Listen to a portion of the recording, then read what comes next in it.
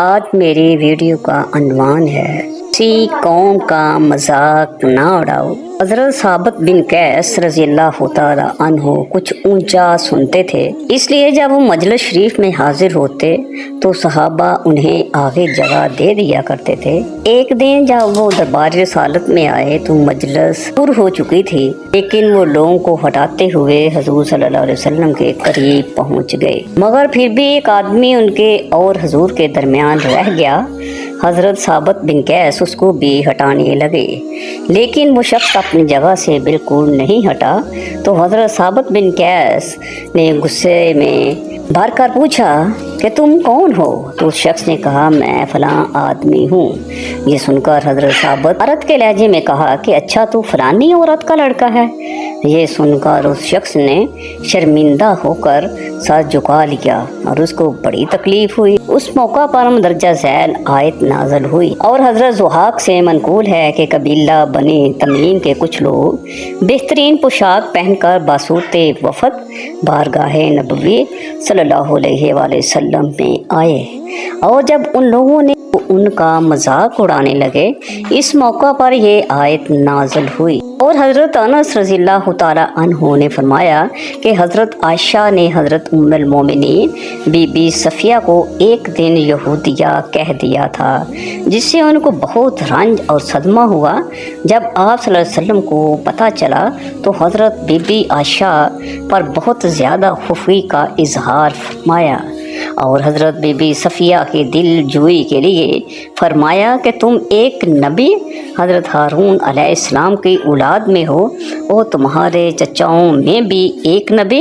حضرت موسیٰ علیہ السلام ہیں، اور تم ایک نبی کی بیوی بھی ہو، یعنی میری بیوی ہو۔ اس موقع پر ان آیات کا نزول ہوا۔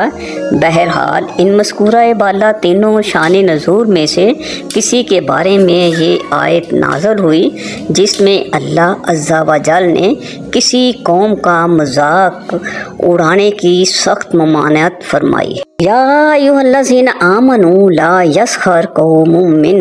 قوم عسیٰ ان یکونوا خیرا منہم ولا نساء من نساء عسیٰ ان یکن خیرا منہن ولا تلمزوا انفسکم ولا تنابزوا بالالقاب بئس الاسم الفسوق بعد الایمان ومن لم یتب فاولئک هم الظالمون۔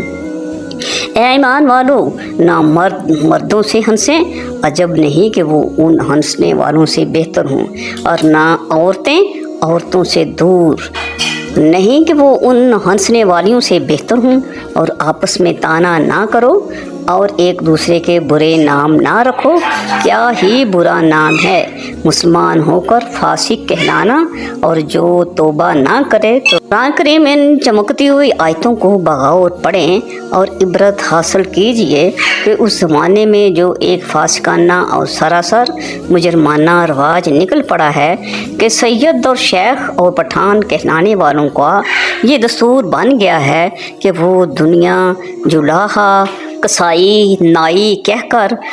مخلص و متقی مسلمانوں کا مذاق بنایا کرتے ہیں، بلکہ ان قوموں کے عالموں کو محض ان کی قومیت کی بنا پر ذلیل و حقیر سمجھتے ہیں، بلکہ اپنے مجلسوں میں ان کا مذاق بنا کر ہنستے ہنساتے ہیں۔ جہاں تو جہاں بڑے بڑے عالموں اور پیران طریقت کا بھی یہی طریقہ ہے